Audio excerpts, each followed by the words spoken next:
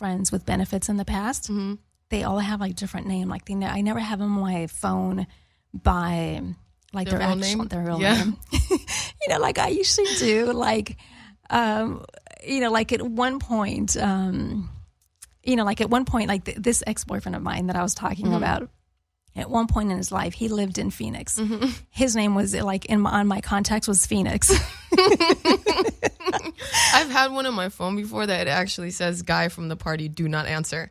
Oh, and really? It popped up one time. I was like, "Score!" That looks hilarious as it comes with my phone. Yeah. So then for me, it's like, you know, Phoenix or it's like I always nickname every person, you know, because I was like nobody needs to know who's calling. And you know what I mean? So I just like always like do that.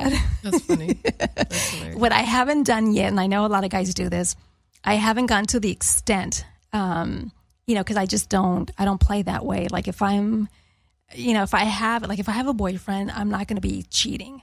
So that's what I'm saying. Like I haven't gone to the extent of like, you know, naming the guy like I don't know, like Sheila, like or a girlfriend type thing. Yeah. Or like my son's mother's, you know, my son's friend's mom. Right. I haven't gone that far yet. Right. But I know people do that. That's doing too much. Yeah, I know. I know. It's like too much, but it's like I don't know. Yeah. So I'm excited to have you. Thank you. I'm excited to be here. Yeah. And so so let's talk about May. Okay. So May was a soccer mom. She was a soccer mom before she decided to embark on, you know, having a business. Right. So when you were a soccer mom, so you were a stay-at-home mom completely. I was a stay-at-home mom. Completely. And then this is even when you were married. Yes. And then how long were you like a stay-at-home mom for? Honestly, I was a stay-at-home mom. I would say about 10, 12 years. Isn't it hard? I mean, not hard, but isn't it, what's like, I'm trying to think of like the word. Isn't it sort of, it kind of feels like, you know, it feels like you were in a shell when you're trying to come out and embark onto something different when you were used to being a stay-at-home mom. Right. And then all of a sudden now having to like deal with like the real world and like people. And try to find your... Isn't that like a little... It's a lot to like a little like kind of challenging because like I feel like, you know, you just, you went from like this bubble of like not really having adult interaction to like all of a sudden having to do this. And it's just kind of like, oh my gosh, like I'm in the world now. Yeah. It's like, you can use an example of like getting on a freeway, like new drivers as they're, you know, the freeway's going 65, 70 miles an hour. And then you have these new drivers who are coming onto the freeway like, oh my God, okay, let me go. And then next you know, they speed up and they get with it. And that's kind of how I can give a good example of going from stay-at-home mom to now full-time working mom in the actual industry. Like it's a big adjustment. So you decided to like go on to having your business like after your divorce? Right. Yeah. I after the divorce, like you said, it's an adjustment. You go through a big growth period. You go through, well, for me, I went through depression, anxiety, trying to figure out where I fit in exactly because I came from entertainment and it was like, okay, well, I don't want to go back into that field. What can I do? What do I actually love? What does May actually like? Not what does May's children like? What does May's ex-husband like? What does May like to do? And then what can I do to actually help people that actually will make money? Like you have to really graph all these things out. And eventually I was like, you know what?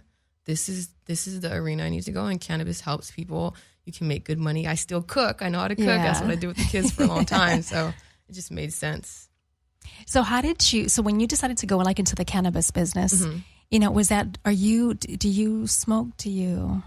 I consume edibles here and there, depending on like if I'm having trouble sleeping. Like I said, after the divorce, I went through severe anxiety, a lot of depression.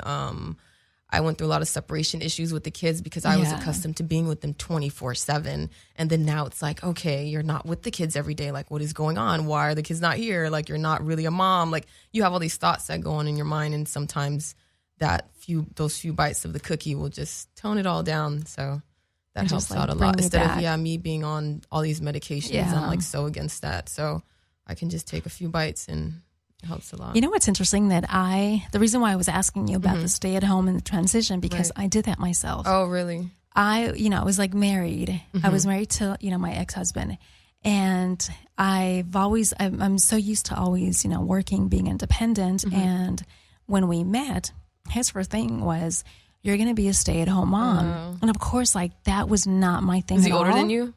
No, he's only like, well, not really. He's just like a year older than I am. And his thing was like, you're going to be a stay-at-home mom. It's like that. It was not for me. But, for me, it was like, okay, fine. Like, if I'm going to, fine, I'll go ahead and compromise. Like, it's not going to kill me. I could try it. So you made the sacrifice. So I made the sacrifice to be a stay-at-home mom.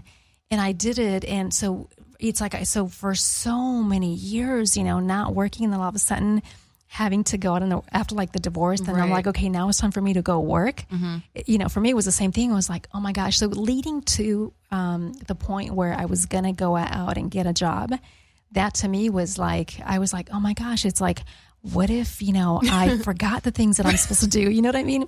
Like, that was going through my mind. Right, like what if they ask me my name and I can't remember my name because I'm not, and I was accustomed to be calling mommy, and they're calling me Elizabeth, and I don't. Yeah, and I was like, what if, I forgot like how to do things, that you're supposed to do. So for me, I went through that phase, but then I then I was fine. So for me, like going back to work, it was like, yes, it was just like, oh my gosh, like this is what I love. This is what I wanted, So for me, it wasn't difficult, having, issues with, oh, my kids are not with me. Like, I was happy. Right. I was like, yes. I'm like, cause I think that for me, it's just, I just feel that after a while, like when you're at home with your kids 24/7, like you need a break from them. Do. It's like you just can't be around them the whole time because it's not a want. You need a break. You need a break. So for me, it's like when that whole thing happened where, it's like I went through the divorce and then I went back to work.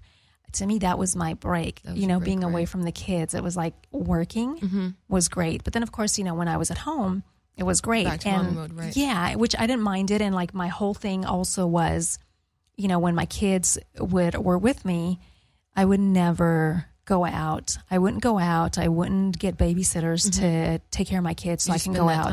I would spend time with them. The only times that I would go out were every other weekend the kids were with their dad. Those were the times that I would go out. So if I was going to hang out with my girlfriends, I would always just say every other weekend is when I could hang out with you. Like that one weekend, it's like mommy mode and I'm not going to hire anyone, Yeah. But yeah, it's just such a hard transition. Now, how old were your kids when you decided to go into the cannabis business? They're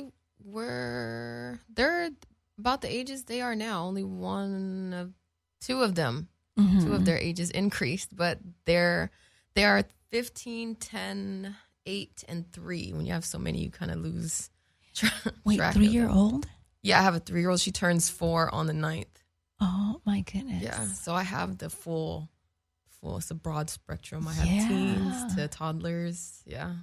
Okay, so speaking of, so cannabis, like when you went into that business, because you have teenagers, right? How does that, work with your teenagers?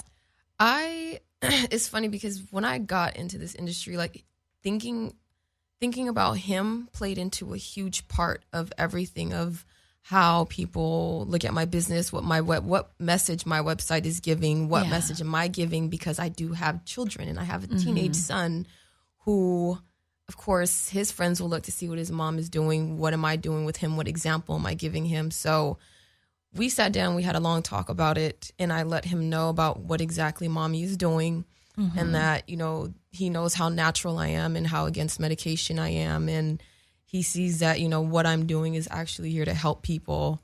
And so he understands it and he's 100% for it. And so for that, like, I'm honestly grateful that I was able to be open and honest with him and him to actually be open and honest enough to accept it. And he let me know what his little gripes were, and we got through it.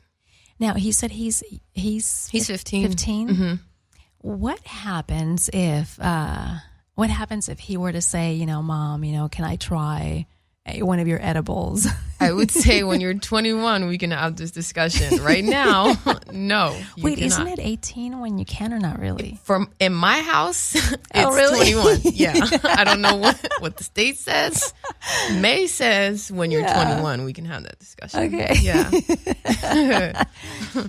No. What if like you have, so I guess that wouldn't happen if, you know what's crazy? Like kids nowadays are they're like too ahead of their time. Mm-hmm. They're too advanced. Mm-hmm. So my thing would be, I guess there's no way around it. You know what I mean? Like if somebody were to order some edibles, mm-hmm. you know, like, I don't know if they got a friend that was like 21 or something that was going to order them. I guess there's nothing you can do. There's nothing you can do, right? Yeah, the only thing you can do is really educate them. And that's what I really strive to do with him. And I've had conversations on, okay, this is this and this does this and this is the effect of this and this. Like we really go through everything that way.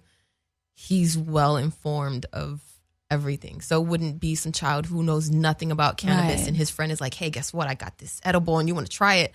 Then my son will say, no, I know what that is. And, you know, this has this THC and this THC does this and it's psychoactive. So my son is very analytical. So he would. That's actually really good. Mm-hmm. That's really good. You know, I guess that's the good thing about, you know, if you get into the business, then you really know a lot about, like you were saying, because if you're doing edibles, then you have to know exactly what everything does and how to use it to do whatever you want it to do and what not to mix. Exactly. So it's actually a good thing because then you could educate your son and or your kids and just tell them, look, you know, you don't, if it has this or that, like don't try it because it's so true. Like nowadays, like with teenagers and like school, they get a hold of things and they like edibles and everything. So the best thing to do would be to educate, like you said.